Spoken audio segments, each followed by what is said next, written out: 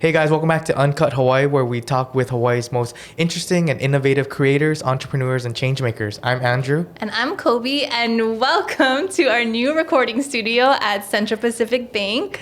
Yeah, so exciting news. We kind of took a little break for a little bit to kind of like work all this out and figure things out, but we're now sponsored by Central Pacific Bank. Yeah, it's crazy because we've been doing Uncut for like over a year, and from the very beginning we're hoping and praying and manifesting like we'll get sponsored one day, not for any not to make a ton of money, but just to like help us continue to do this work, because it's time, it's flights, it's mostly time. But it had been a year and things weren't really happening. Like we almost got sponsored and then all this stuff, but we were consistent. Yeah, we talk a lot about it in all of the episodes about like manifesting or like being consistent and all these things, and we felt like we were doing all that, and you know, we were just like, so at like just like a few months ago, you know, like at that 1 year mark, we were just like, oh man, this is getting so tough. Like I myself was about to kind of just like give up, and like things started happening, and it's crazy. Like we talk about it too, where like usually when it's like the low points is when like the universe kind of just like, hey, you know, change is about to happen. So we manifested all this and worked at it, stayed consistent, kept recording, and it's starting. I mean, we'll see where this goes. Yeah, here we are. We're here in Tide Pools at Central Pacific Bank, new studio. It's Uncut Hawaii presented by Central Pacific Bank. It's weird. It's crazy. It's crazy. Like, yeah. It's crazy when you stay consistent and you manifest. And we really do believe, like, because we really felt after every interview, we're like, oh, this is just so good. It feels so good. It feels like service. Like we're sharing the stories of people who really deserve to have their stories told. It was just good things all around. But, you know, we're like, oh, are we going to have to stop this? But, you know, it's all working out. So we're super excited for this journey, this next chapter of Uncut Hawaii. And we wouldn't be here without you guys. So thank you. Really appreciate you guys for the continued support, for listening, commenting, subscribing, sharing, all of the good stuff. Thank you so much. We really wouldn't be at this point without you guys. So thank you. Today, for our first guest at Tide Pools, we have an amazing artist, muralist. You see his work all around Oahu, like all around the world, but like you walk here down Kaka'ako through, you know, downtown, you'll see like all these big murals, and you see his work. So Kamea Hadar, you know, lots of cool stuff, and we kind of just get to know him, hear his story growing up, how he turned his passion into his career. Yeah. It's a good episode, and we talk about like some scary moments that has happened like 15 stories up. And yeah, it's crazy, you know, like how that kind of moment is like a life lesson, you know? So yeah, stay tuned for that. Enjoy this episode.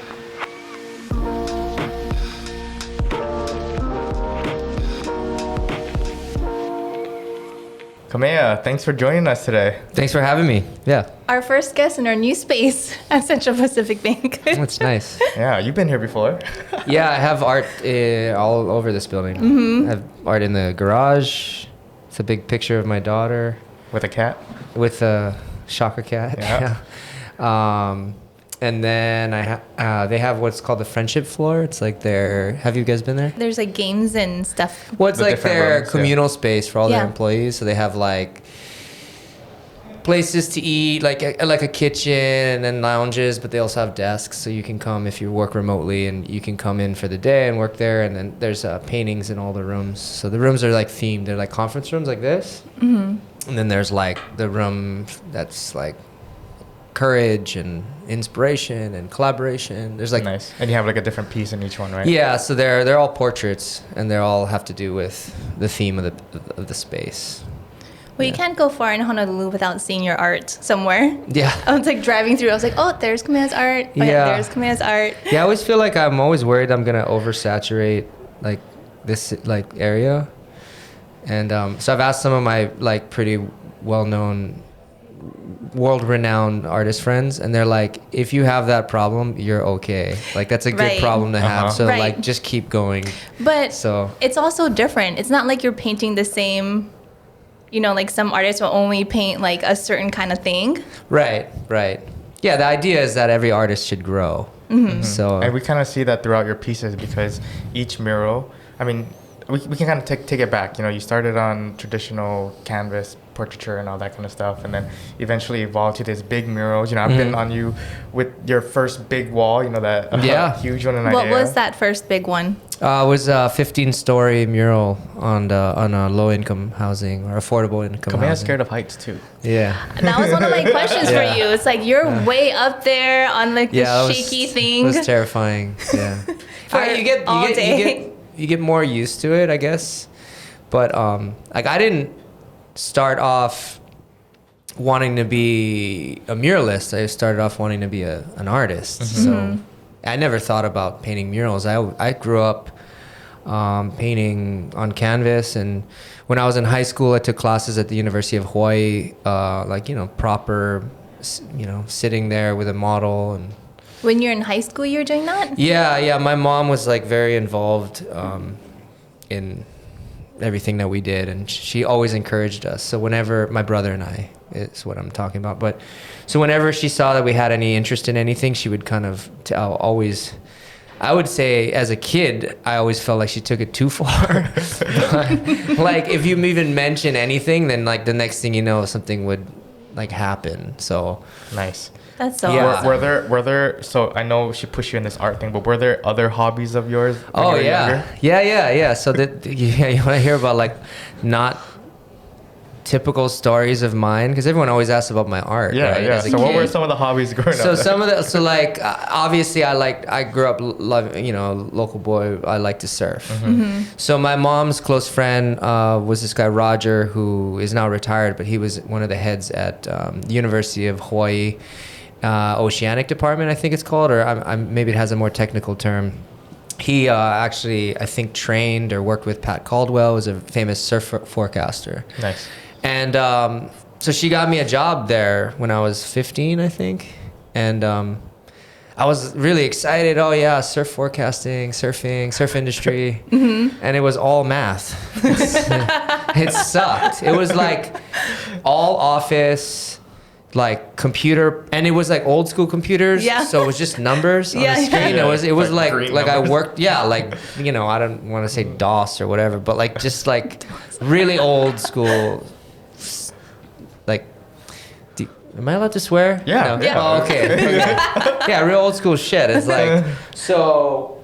So you're just like plugging in numbers, like Yeah, and then the one thing that was kind of fun was the UH has like I don't know if they still have it, but it's a research vessel, and I got to skip a week of school and go out on it, and you go out into as far away like as you can imagine into the center of the Pacific Ocean, and you take samples of the deep ocean, and they do it every year, so that way they have models over like 20-30 years of temperature changes and sediment changes at the bottom of the ocean and all this stuff, and it was kind of cool.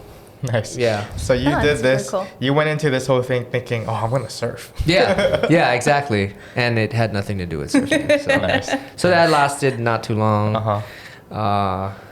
She got me with this kung fu guy one time.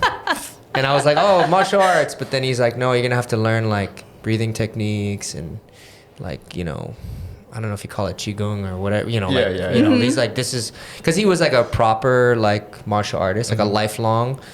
So he's like, no, you don't learn how to kick and punch for a long time. You have to learn. how to breathe. Yeah. Meditation. And I'm sure if you want to be a lifelong master, that's the proper way to do it. But as a kid, you're like, I want to learn how to kick and punch. Yeah. So that got old real quick. So that didn't last. So Nice. So you stuck with art then. So growing up, you're kind of just like the kid, just drawing on everything. Yeah. Just Yeah. like your son now. yeah, exactly. And that's what I say. Everyone says, oh, when did you start doing art? And I feel like all kids scribble and draw, and maybe some parents would call it destroy things. But and then I just never grew out of it. You kind of just like were that kid that kind of just like drew and painted Doodled. everywhere, doodled. Right. Like your Sketched. son right now, I see on your social media all the time. Yeah, and so a lot of people ask me, when did you become an artist? When did you start painting, drawing? When did you become interested? And I always tell them that every young kid scribbles and plays with crayons and Legos and destroys their parents' walls. My son is a I would say a performance artist. He likes to smash TVs. That's his, that was a good one. Yeah. I was like, dang. Yeah. Yeah, the funny thing about that is everyone's like, "Oh, you're so calm, and you think it's like you take it so well." And I'm like, I'm not gonna post the part where I'm screaming. No one's gonna be calm about getting a TV and smashed. The public facing part is when I'm calmed down, and then, but yeah, I just feel like I just never grew out of it. So I just kept, I started as, like any normal kid, drawing, scribbling. And then I just never grew out of it. My mom and dad just encouraged me. And I think a lot of the artists, the very cliched, traditional story is, nobody, it's like a musician, right? Nobody believed in me. Everyone told me. And but you had the opposite. Despite it all, I've succeeded. And look at me now. And it was quite the opposite for me. Mm-hmm. It was nothing but support and love and encouragement in my family, in my entire family. That's so awesome. And in my family, they're all, they're all PhDs, so they're all very well educated. My brother's a veterinarian; he's going for another PhD.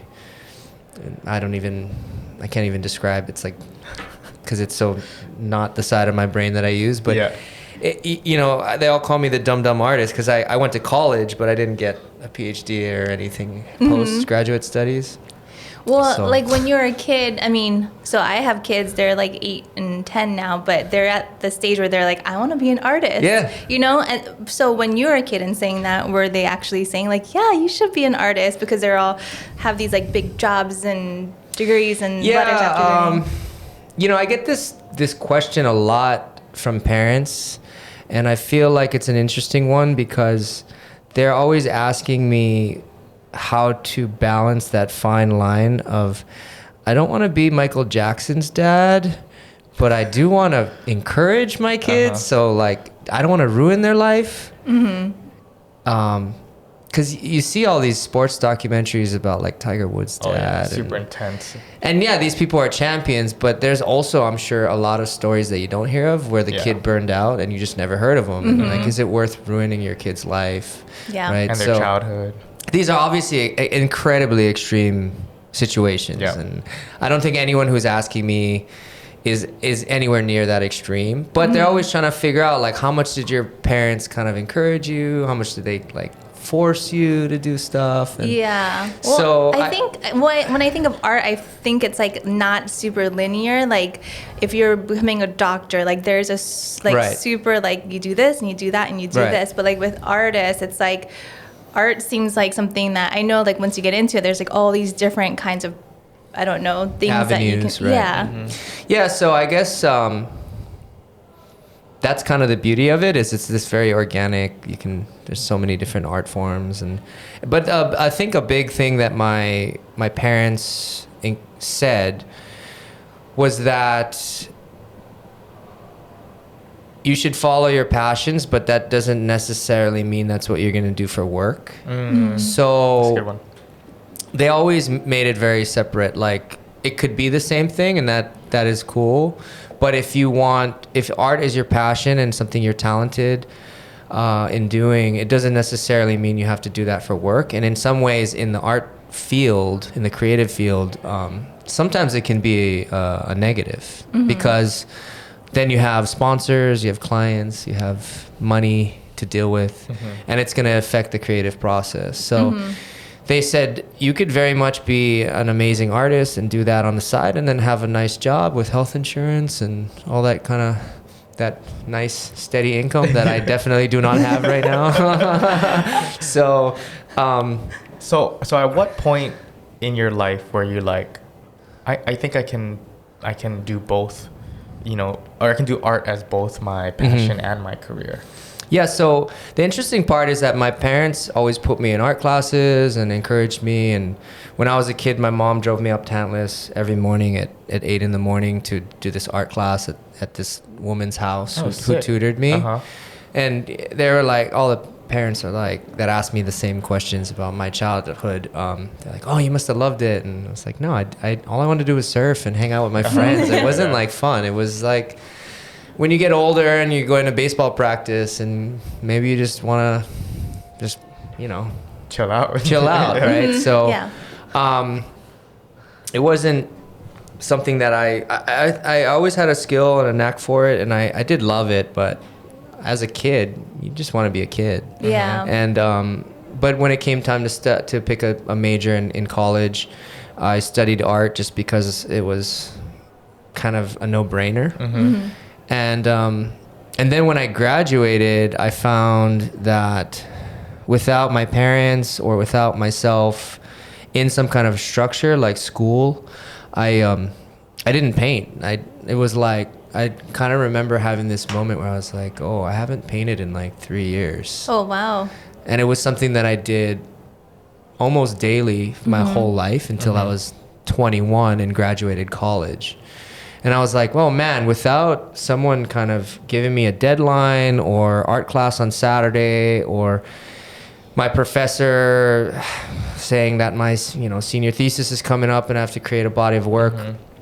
Without any of that structure, I found out that I didn't paint. And then when I was in my mid-20s, I started to paint and draw and kind of pursue it as a career, and I made a decision. And I think that's when it really stuck because I had made the decision for myself. And I think also being in your mid-20s, and my dad was a contractor and I worked construction for him, and when you're in the workforce, you start to see the value of pursuing your dreams and doing what you love.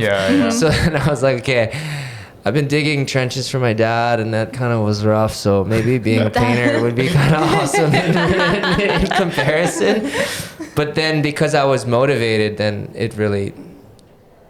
because you made that decision for yourself. Yeah, instead of it being imposed on me. Yeah. So that break was actually really good for you. It was super important. Yeah, because I like nowadays, my parents are always like complaining. They're like, we feel like we don't know what you're doing, and then we see like someone calls us and says we saw a new mural that you did, and like before they were the ones imposing art classes on me. Yeah, when I was right. They were like driving it for you, right? So they were the ones kind of driving it, and now they're like, yeah, we're like behind you, and you're like plowing ahead, and we don't even know where you are.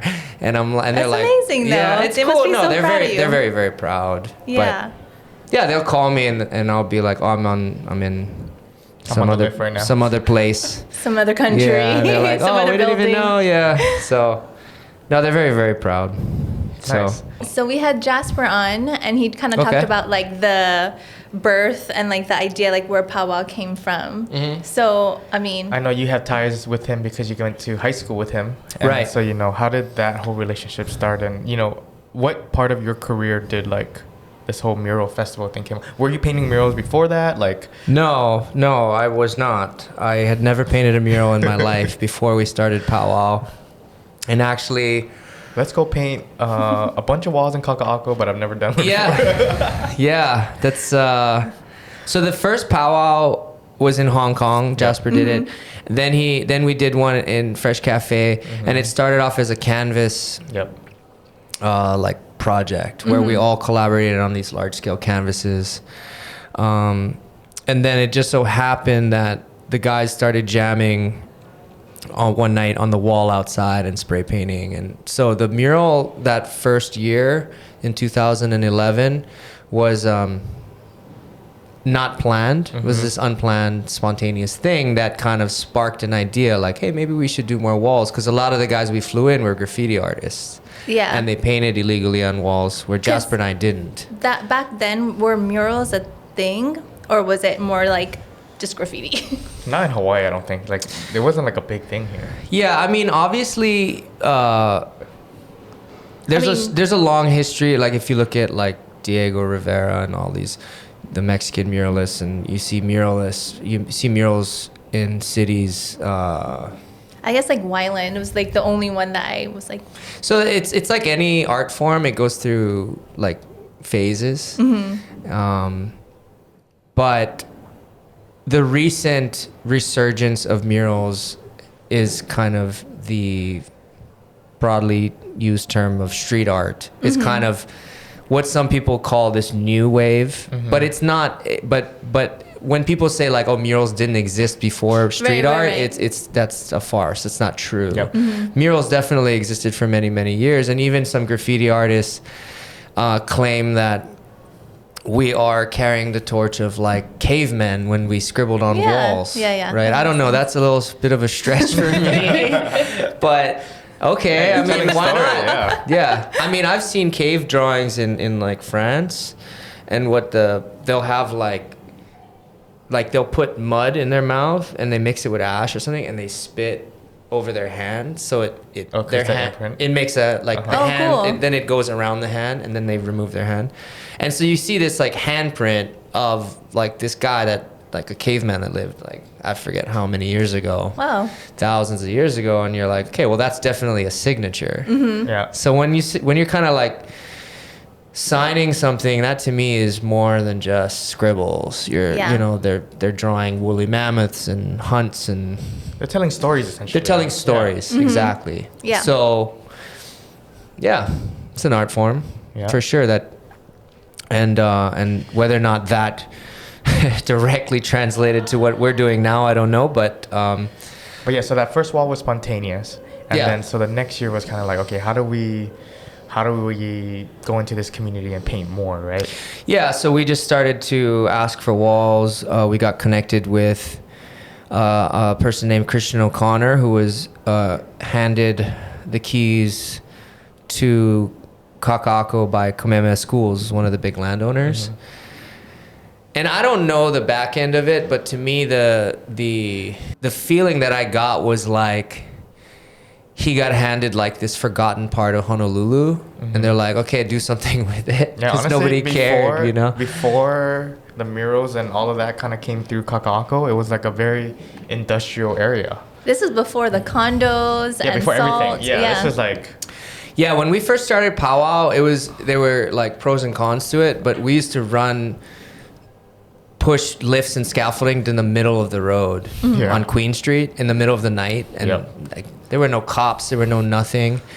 We would just make as much noise and we could do whatever we wanted because it was so industrial with auto body shops and everything that when it got dark, all the businesses closed and nobody lived there, so everyone left. So it just became a ghost town. It's like that's crazy. That was only like what? How many years ago? It was like 2011. Yeah. That's so crazy how much is transformed. Yeah, Fresh Cafe was the only kind of cafe there. Yeah. It's like in the one of my favorite movies, Fight Club, where they were saying that they're alone at night for a mile in every direction, and they're just hitting golf balls and breaking windows and nobody. It's like, not that we destroyed things, but it was just like there was nobody around. Yeah. And then the only bar that was there was Duck Butt at night. It was the only place to get food and drink at night. But back then, it was still like, it wasn't run by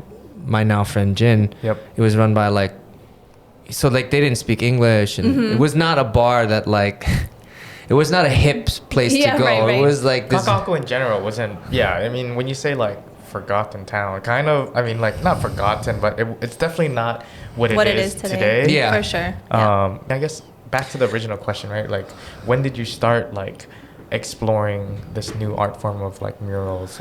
It just happened by accident. So year 2, we connected with Christian, and he was just looking for any way to bring up, so to speak, his area that he was given to be in charge of, and we were just looking for walls. And then he knew, unlike most people, he knew that the model worked because of places like Wynwood in Miami, where in Wynwood was like a forgotten town area. Like it's basically the Kaka'ako of Miami, except times 10 now. It's this huge blown up part of Miami. But he saw that how art and murals could bring life to a community. So we would just walk down the block with him, and we'd just point out walls, and he would just say, okay, yes. So much so that sometimes we would, he said yes too much, and the tenants in the building would be like, well, nobody told me. And technically we had permission because Christian was part of the landowner and not just a tenant. But we still didn't want to just paint on people's businesses without them knowing. Right, so right. later on, we got hip to it, and we kind of would get Just both. giving you a heads up. Yeah. Please let us paint. Hopefully, it's okay. Yeah. But he just let us paint the town, basically. Yeah, literally. Yeah. And then it just kind of grew and grew and grew every year. It was really cool. Yeah, it was really over fun. 10 years. That's crazy. Yeah. What has been one of the most memorable locations that you guys have gone to? Yeah, so since Hawaii in 2011, I think in 2013 maybe, that's when we started to spread into other cities. Mm-hmm. So we've done a bunch in amazing places. Like we've done a bunch in Japan. Long Beach, California is one of the big ones. Or all the way across the United States. So we partnered with South by Southwest in Austin. That was really fun. Yeah. So like Long Beach, Japan, Austin, those are all places that were just fun because they're just fun cities to be in personally. But as far as interesting, I mean, we did, Andrew came with us to Powwow, Israel, right? It was cool. It was just like a small group of like more intimate, and then we got to go back to like his hometown and stuff like that. So it was cool to see all that stuff. Yeah, and that one we built small so that it was more of a road trip, right? So instead of just being in like a Kaka'ako area, we just road tripped all the way around. We went to crazy weird places in the desert. It was sick. Fun. I mean, I think just like the whole powwow journey, I kind of grew up with all of them and this whole journey too. So it's so cool to just kind of be able to experience the evolution of it and to see where it is today and just to see all the art around, like we got to meet so many cool people and I just work with Kamea all the time and it's just super grateful for that experience. Yeah. Super cool. And then now, like Kobe was saying, we drive around and we see so many murals, yes, but like a lot of them are just like, well, that's Kamea's mural. This definitely has like a signature style. Like definitely. Yeah. I mean, for me, it's when I was younger, I would get advice by older artists, and they were like, you can either be an artist, make a living as an artist, or live in Hawaii, but you cannot do both. Who were some of your early mentors, idols, people you looked up to? It's like anyone's life or career. It's always, it's just baby steps, right? It's like you don't climb Mount Everest all in one leap. You take steps. So people help you along the way. I mean, I had art teachers in 4th grade that were great, or just any teachers of mine growing up, some of which I keep in touch with. And I don't know.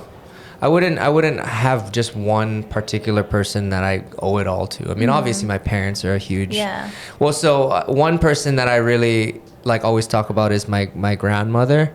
She's 94. Wow. She's at my house right now with my wife, babysitting or helping my wife with our new baby. But she claims to have discovered my talent. Oh, so really? maybe I owe it all to her. So I used to always wear hats like this, like even as a kid. But I used to wear these white ones. They were like painter's hats. Oh, nice. My mom used to get them for me. I have no idea how that started as a thing as a kid for me. I don't know. But my grandma took me, I think it was to Kahala Mall.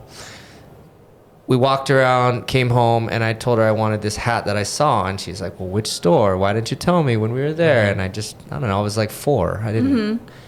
So she said, well, describe it. And I couldn't describe it well in words. And so she said, well, draw it for me. So I drew it, and I drew it like 3-dimensionally, I guess. Nice. And so she said, oh, this kid's got something. He's got You talent. drew it on a hat? No, I drew it on paper, but it was Okay. like drawn 3-dimensionally, and like there was some skill involved in drawing it, I guess. So my grandma said, oh, you got to put this kid in art classes. Oh, cool. So- See, Grandma. thank you, Yeah. Grandma. Yeah. I don't remember any of that. And of course the family all debates it, right? Yeah. Everyone's Yeah. trying to take credit. But again, because grandma is very much the matriarch of our family, they're Yeah. like, okay, fine, grandma, you can take credit for it. So Have you ever drawn her? yeah, I have actually. There's a charcoal drawing of her and my grandfather who passed away some years ago, up in her house, but it's like the family house. My uncle and auntie and my cousins live there with her, so there's like a big picture of her. Oh, nice. Yeah. Awesome. But yeah, it was hard because she's got really, really like a lot of wrinkles and veins. Yeah, so that's like shadows. Young people, it's like they're so smooth. Yeah. It's like faster. If you got like more like, I remember when I was in high school and everyone was like, oh, you get to like go to the UH and paint naked people, like, oh, and then thinking like they hear the word model, and I'm like, it's not what you think. It's not that model. Would they bring in old people, old models? Yeah, I mean, it's usually like someone who's willing to like sit naked for minimum wage. I mean, it's not going to be Miss Hawaii.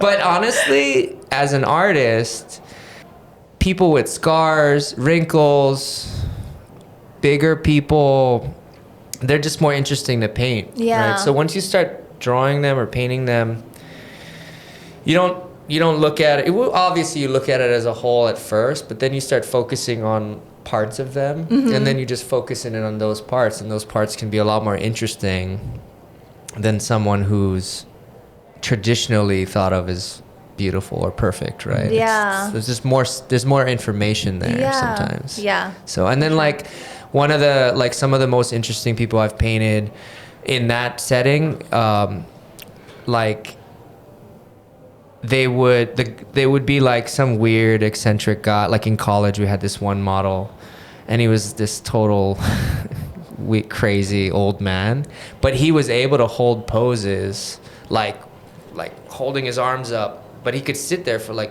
3-4 hours like that, right? Wow. Yeah. So most models have to sit comfortably because they can't sit still, and they get tired. And he could actually hold poses for many hours. Wow. Yeah.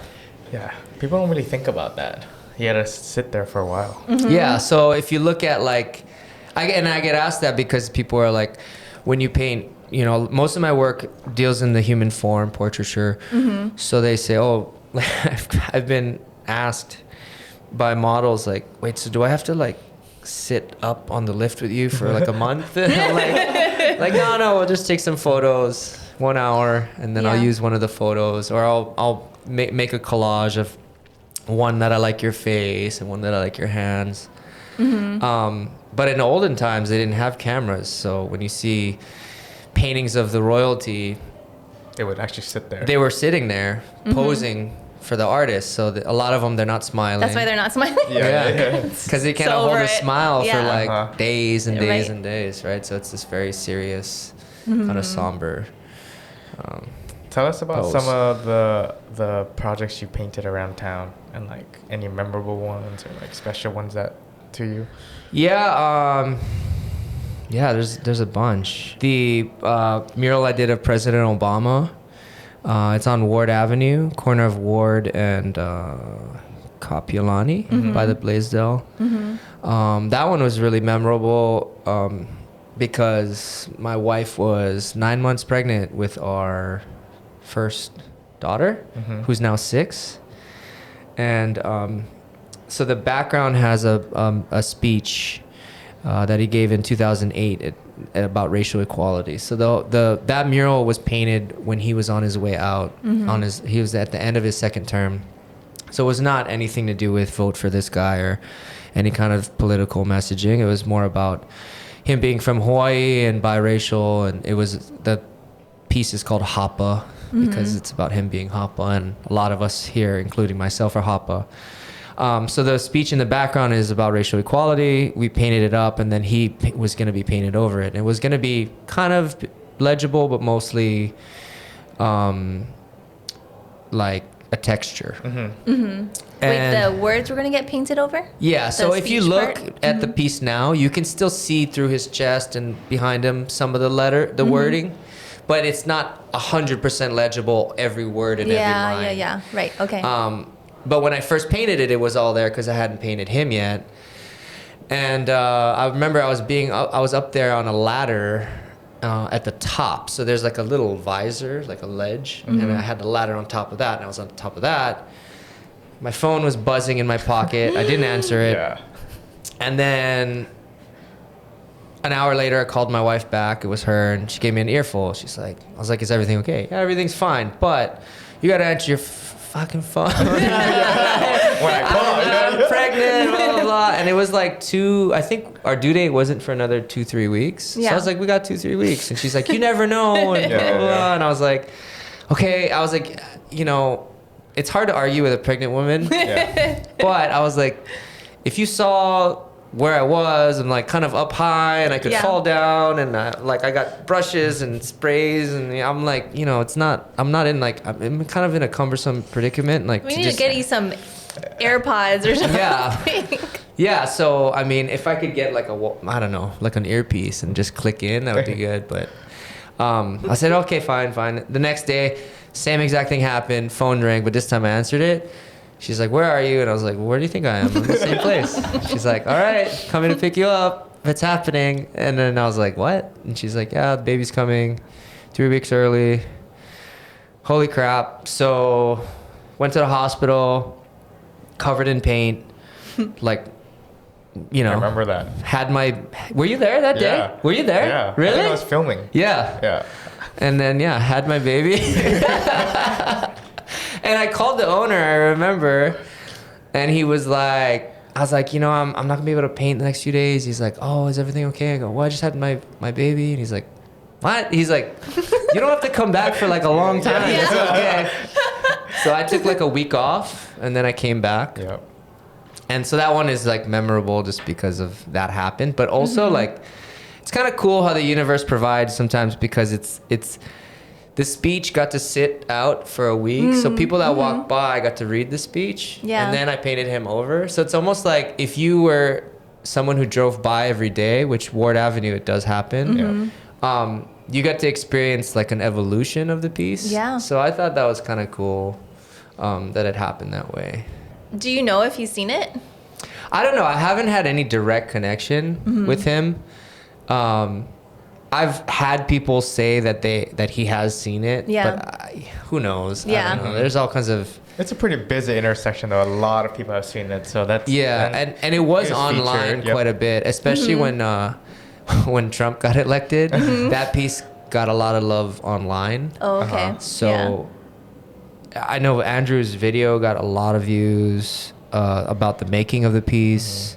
That one photo of you sitting on the ledge too. Yeah, that was a photo that Andrew took. That photo was like everywhere, and I wasn't like pushing it out. It just got like people were just hitting us up like, "Hey, can we use this photo?" What a great time! Yeah, it was cool. So speaking of like being high up, have you ever had any like scares? Yeah, like some scares up there, like. You're hopefully strapped in and so we're all harnessed in, and there's all kinds of OSHA laws about what we do, and so I have like some formal training and all of that, and I have to learn about it. Nothing crazy. I mean, we have had friends like in other parts of the world that there were like stuff that happened. Nothing to me, knock wood. You know, I don't know where to knock, but yeah, we've had like Hawaii's windy, and you just get a gust of wind, and you're painting, and then it's just like farther away and farther away. You're like, what the fuck? And you look, and it just lifts off, and then it comes back, and you have like real split second things that kind of freak you out, but for the most part, like you try to be as safe as possible, and that's good. Yeah. It's I don't know. The first one I did, Andrew filmed the first really, really big one that was like above 3-4 stories. Was a 15 story. 15, So I went from like 3 stories to like 15. That's so crazy. And so that was that was like a really big jump, and that was the first time How wide is that platform that you're standing on? Like can you it's like skinnier walk than this around? Oh. Oh. Yeah. It's like I think you would like have to like squeeze past each other. I think it's like 2 feet wide. 15 stories up. Oh my god, that's. But that was the first time I ever used a swing stage. So smaller than that, you use a mechanical lift from the ground, like a cherry picker or scissor lift. This one is the one that hangs off the top. So it's this whole other animal, and it was really scary. It was like, like I said earlier, I always started as like I just want to be an artist, not necessarily a muralist, and then I got into murals by accident. So. Like I always had a fear of heights, and then my paintings just got bigger not by choice, or by choice, but kind of like that's just what I fell into. Yeah. So it's like our first time on a really big wall, and it's myself and my assistant Corey Tom, and who's a very accomplished artist as well. And we both had never been that big, and it was like a really kind of nerve-wracking lead up to the mural. Just I had sleepless nights thinking about being the up height. high. Yeah, it was just really scary, and I had never been up that high. And then the few times that I'd been up that high were prior to the mural. We'd have to go to the roof to check things with the swing stage company about setup. So we would look over the edge, and I was like, oh my God, I'm gonna have to be like this high, and I don't know if I'm gonna be able to do it. So what we decided was the first day, we primed a silhouette of the portrait. So we said, okay, we'll just prime our way up. So it's like a typewriter, and we'll just slowly work our way up, work our way up. And then it'll just give us like time to like acclimate to the top, to the height. Smart. And then you get a little bit more nervous, and then right at the same time, and I think it's like there must be some science behind certain heights. Yeah. But both of us started freaking out, and we're like, okay. What floor were you? Like at the top?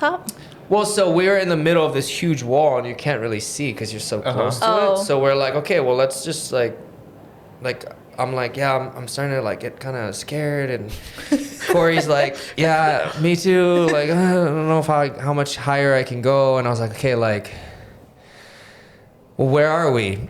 So I like had to count windows, and then there was a line like right there, and I was like, okay, this is the top of 7. Oh, and that's only halfway. 15 foot. It wasn't even half. Yeah, almost 7.5 would have been half. Oh, yeah. So I was like, fuck. I was like, what do we do? So Corey's like, I don't know. I was like, so we decided to sit there for 20 minutes. We're just going to sit there in silence. And I was like, I'm just going to like meditate, or I don't hype yourself up. Yeah, I was just going to like, go back to those early years with the judo. I was just going to be like, yeah, exactly. I was like, man, I should have listened to Kung Fu Master. And I was like, so, yeah. And then we were freaking out. And then I was like, okay, let's brainstorm. I was like, okay, I can call the owner. Just call it off. And then just leave like just the half done prime. Yeah, I don't know. Like get someone else to paint it back. Was just running through your head. Then I was like, okay, maybe we can redo the artwork. And I was like, maybe I'll just like shrink her. But if you look at the finished piece, it's like Hina, and she's holding up the moon. So if you shrunk her to like half the building, and she's just reaching up, like it would look so stupid. It was just like, so I was like, maybe I'll make her sitting. But if she's holding up the moon, the whole thing is, she's the goddess of the moon, and she guides Hokulea home. So to hold the moon up like not all the way, it would like kind of make it like she's not really guiding them home. And I was just like all these really stupid ideas that wouldn't have worked, but I was in a panic and I didn't know what to do. And then also, not to mention that when you work in the public sphere, you're like, okay, well, it's like being like someone who is on TV or whatever, and you crash and burn in front of everyone. You're like, oh, and I promised a lot of people that I would do this. And a lot of first big one too. Yeah, I was like, oh. So then finally I was like, hey, we're gonna do the opposite. And Corey's like, what do you want to do? And I was like, I want to go all the way to the top, like right now. And Corey's like, he's like, fuck, okay. Okay. So we put on music like super loud. Yeah. And I just pressed the up button, and I just closed my eyes. I was just like, oh, and we just went straight to the top. Like a roller coaster ride. Oh my God. And we were both like just shitting our pants. and then we started working at the very, very top. And then as we came down, we got more comfortable. And then I remember being at like 11, and we were like cruising because we had been at 15. Yeah. And so everything was just relative, right? Yeah. So 11 was so much better than 15, Yeah. but I was freaking out at 6, 7 earlier. So It's like a life lesson right I was there. gonna say, dude, that's like a metaphor for life. Yeah. Like, So shoot after, for the freaking moon first. Yeah. So after that, like when we do the big ones, we always go right to the top. Oh, really? So when I get a new assistant, like, or someone who's never, Like, we're going straight to the the top. first one, I'm like, we're going all, and they freak out. But then after that, they're fine. Yeah. Like Yeah. you need to do that one, that really scary, like, Yeah. It's never gonna be as bad as that. yeah. And then when you work down, everything else is like gravy. It's like so easy after that. Life lesson. Yeah. That On our left. is. Yeah. Wow. But, yeah, so we'll play like I forget. There's like a few hard, songs. like some hard hype- metal. hype- No, it'll be like there's one song I think it's called All the Way Up. It's like Yeah, Fat yeah, Jill, yeah. right? Yeah. And of course, go all the way up. Yeah. And we'll just play it like just stupid like and that song I'm sure is not about going all the way up a building and something else, but It worked. It worked for you. but It you works know for we'll just play something like that and then obviously now since I've done a few big ones I'm way more comfortable. Yeah. Like that first one was definitely the scariest and everyone it's never not scary but it gets less scary. And then also I think the main thing is the experience gives you more confidence in your equipment. So you just start to learn to trust the equipment you're standing on, and then also you learn the movements. So when you have a certain assistant who's never been on one, he'll like kind of move around and like scare the shit out of everyone on the rig. Yeah. And then Yeah. when you have more experience, you learn like that your movements are affecting the other guy's movements, and like don't fucking like do Yeah. stupid shit and Yeah. and then you just get used to it. And then when you feel like it move, you're like, oh, that's just Corey like moving around, not like the whole thing's gonna fall, you know. Yeah. And so you just kind of learn to trust your equipment, and it gets easier and easier. But I would say that I'm definitely not one of those people that are like, there's people that have no fear of heights. And like we were painting the Carissa and Duke mural, Yeah. and across the Yeah, way there's yeah. another skyscraper going up, or I don't know if you consider it a skyscraper, but they're like 20 stories up. Yeah. And there's guys like kind of like there's no wall yet, and they're like standing on the ledge. Yeah. And I'm like, oh my God, those guys make me feel like such a pussy. Those guys have no fear. And they're like doing that every day, and they don't Yeah. even care. And they're not even getting rewarded with like, oh wow, look at this beautiful mural. That's just Yeah. like their everyday Yeah. thing. And so Kind of puts everything into perspective. again, that's like perspective again, right? Yeah. You're like, when you see guys that just do it every day and it's no big deal, and you're like, okay, well, I shouldn't complain so much and just suck it up and just be happy that I'm here doing what I love. So Yeah. yeah, That's a beautiful one, by the way. Yeah. That's Yeah. probably, I mean, that's gotta be one of your favorites. yeah, for sure. Yeah. Just because I think what I see it means to people in Hawaii and the world, like I can tell that it means a lot to people. Yeah. And the Duke, Carissa, the Olympics, Yeah, it's like a full Hawaii, circle. surfing, all of these Yeah. things, and then the Lots Duke of elements. Yeah, and the Duke documentary just came out, so, and it's really inspiring. So all of those things together just make it a very special piece, Yeah. for sure.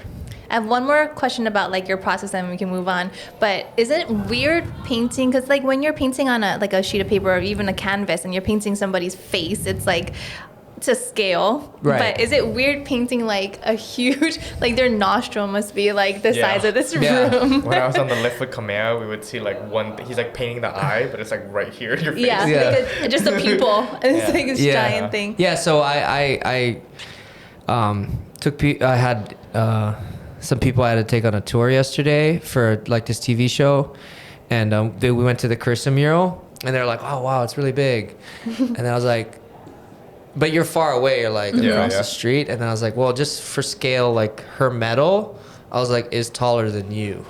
And they're like, Oh, what? yeah. Because it like looks like just this little circle, Uh-huh. but it's like 7 feet tall. Yeah.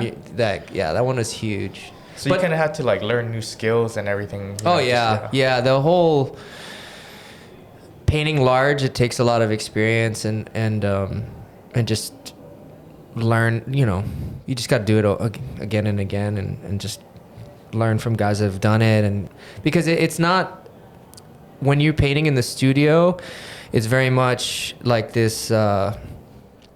organic process, and that's what they teach you in school. They're like, you know, just go with the flow and let your inspiration come, and it's just very kind of artsy fartsy. Because you can see everything within your line of sight, right? like And what you it step looks back like. and then change. Yeah. And then I don't like that, and I said, well, when you do big stuff, the creative process mostly happens before you start painting, and that's where you figure out everything, and then you're more like a contractor that's like there to install this thing, because I can't flip Carissa and Duke after I've started 2 weeks in. Like, oh, I want him on the left now and her on, like, it would be insanity. Or like come down every 5 minutes, because it takes forever just to get down. And then you get down and you're on the neighboring building. You're not even on the floor. You have to like drive out. Yeah, so that building, like we were on the building in front, and then there's like a ladder that goes to the top floor, and then there's either a stair or elevator to get down, and then you have to go all the way across the street just to see the piece. So it's like,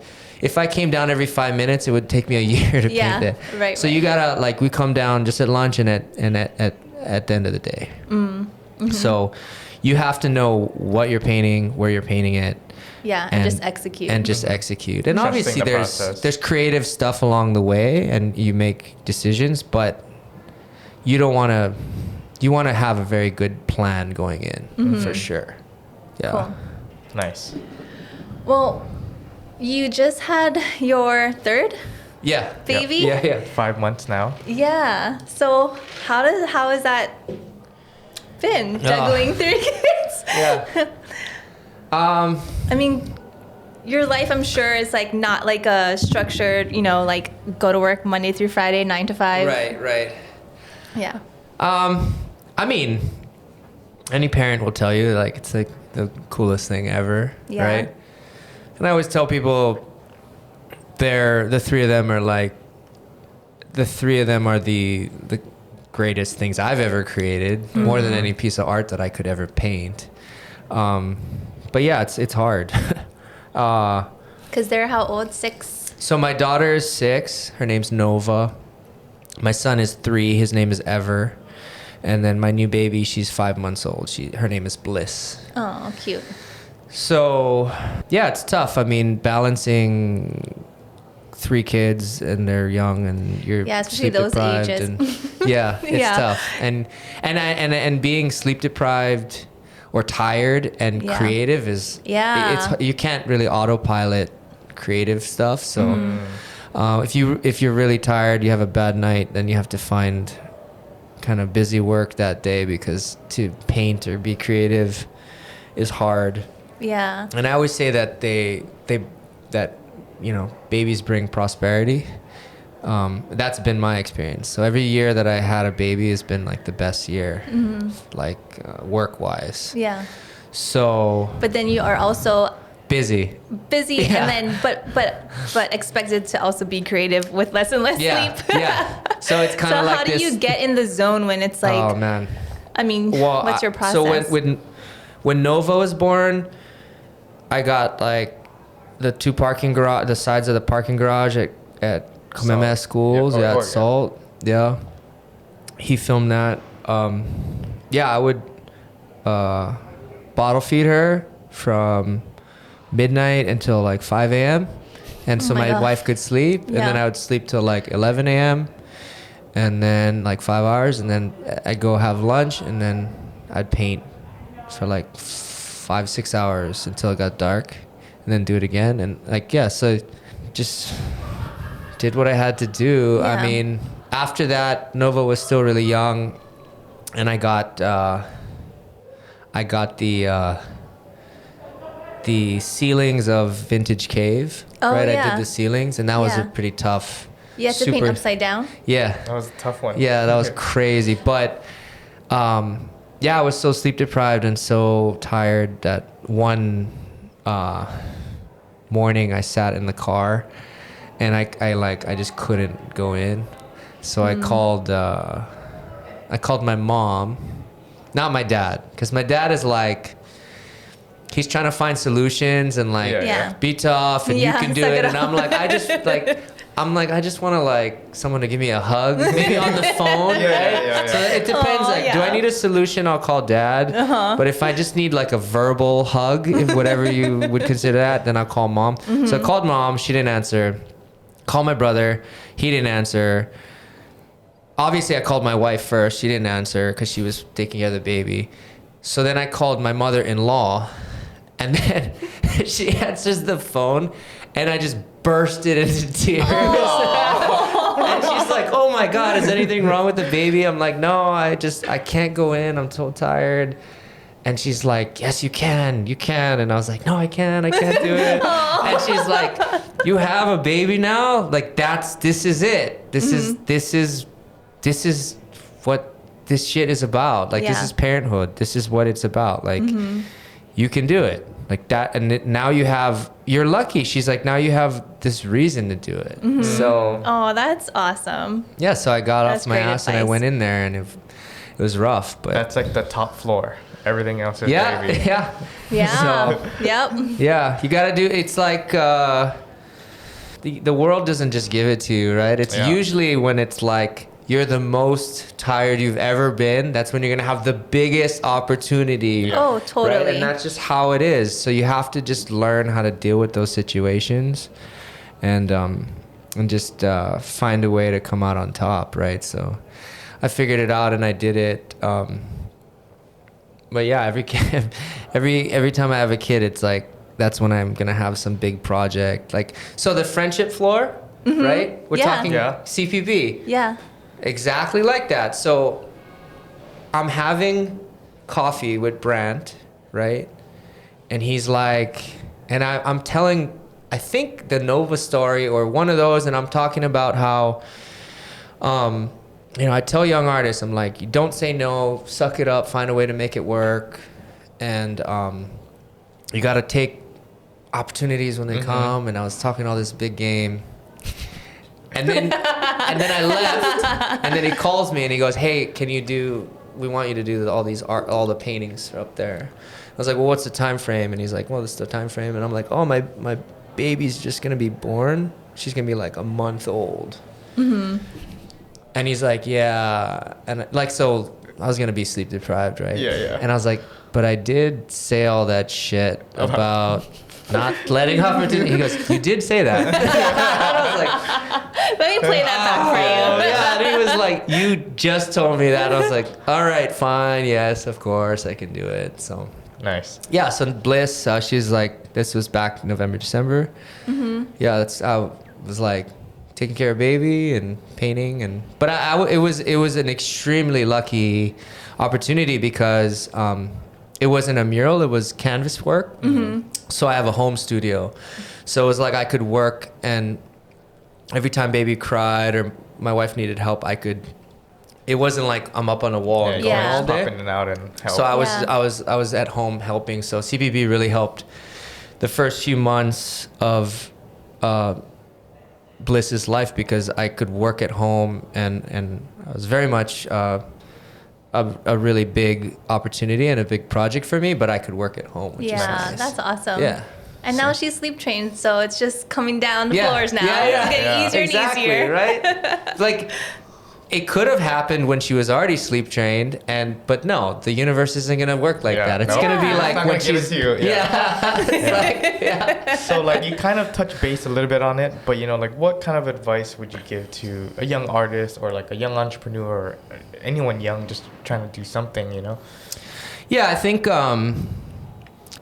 especially when you first start out, don't say no. Just say yes.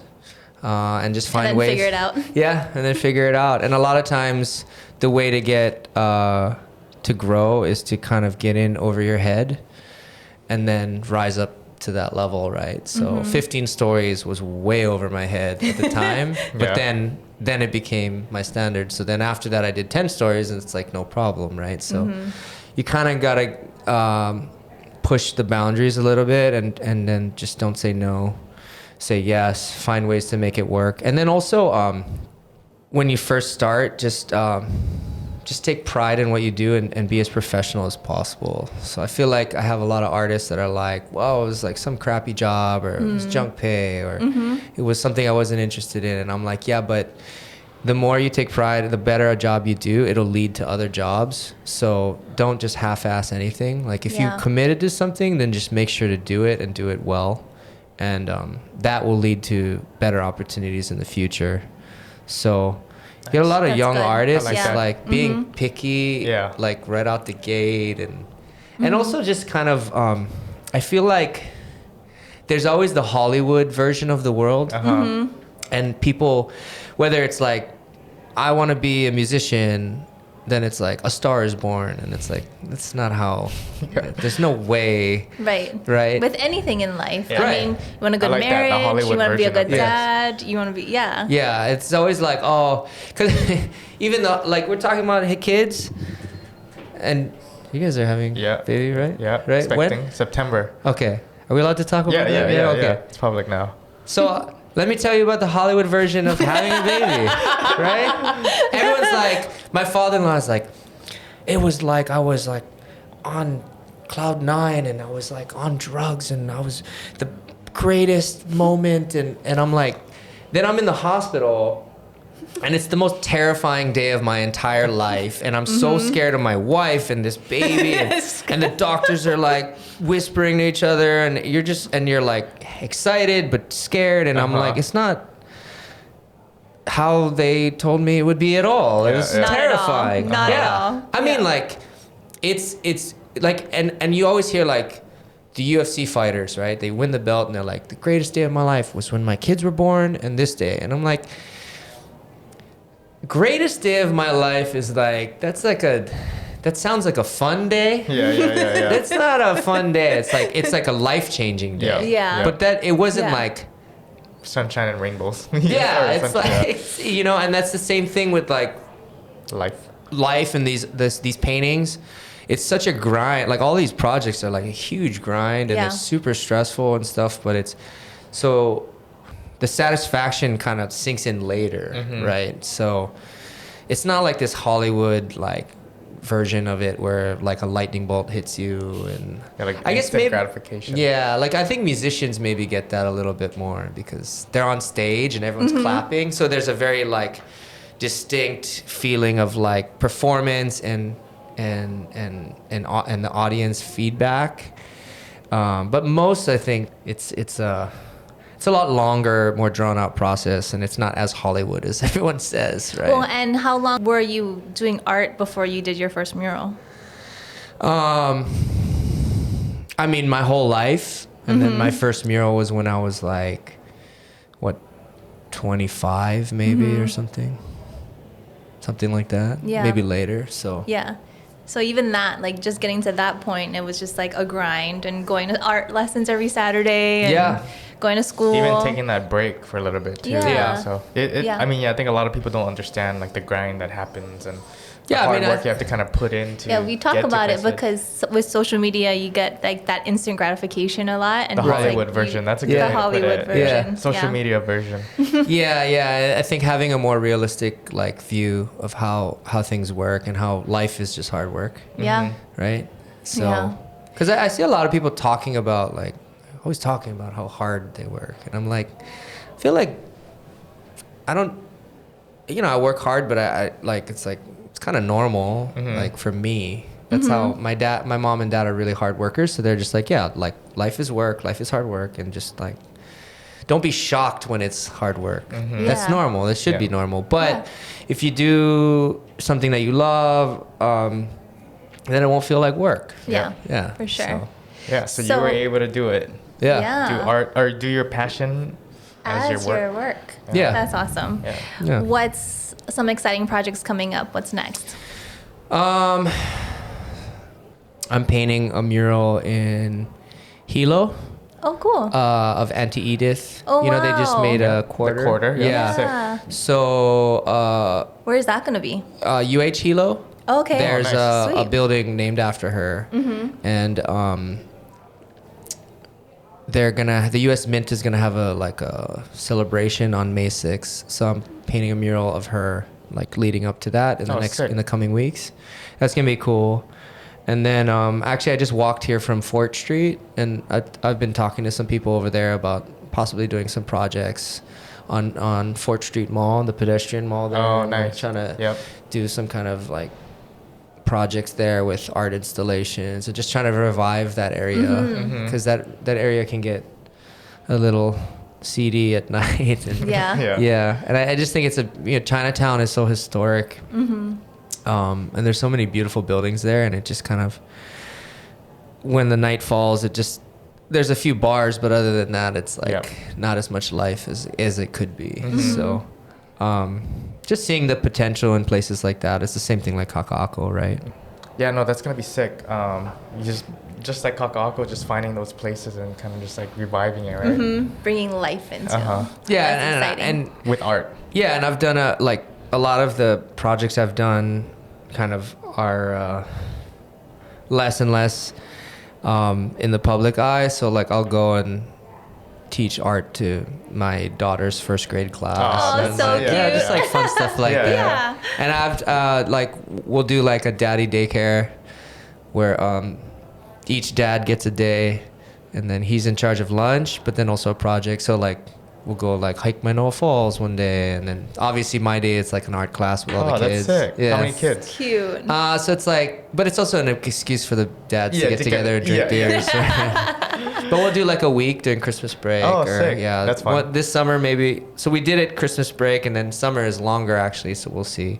But it's cool because a couple of my friends, the few times that their kids can actually focus is when they're drawing and stuff. So I'm trying to tell them, and they're getting teachers saying that their kid doesn't focus in class, and they're kind of getting worried about and I'm telling them like, look, if they're different, that's a good thing, and don't stress out about whether or not they're fitting in some mold at school. Totally. Yeah. And so I'm, wanting to teach a lot of them art classes, like organizing little art classes and stuff for them, because I think celebrating those, like, you're passing it on to the next generation. Yeah, that's trying. Sick. That's the whole point. Yeah, right? Yeah. That's especially with you having kids and everything too. Like, yeah, that's amazing. Yeah, I mean, I think that the point, like, I've always just said that all I want to do is just leave this world a more beautiful place than I found it. And so however I can do that, whether it's art or raising my kids or helping others or inspiring others, however, I think if everyone just strives to do that, then this world will be a better place. Love that. That's huge. How can people find you, buy your art, and check you out? So my website is kameahadar.com. Instagram is Kamea Hadar. Yeah, And all my info is there. Just walk around Hawaii. You'll see a bunch of murals signed by Kamea. Yeah. But thank you so much for spending some time with us. Yeah, thanks for having me. Our first guest in tide pools here at Central Pacific Bank. Yeah, I love it. Very nice. exciting. So yeah. Congratulations on the new baby. Thank you. All the exciting stuff coming up. Thank you guys. Yeah. Appreciate that. Thank you. Yeah. Sick.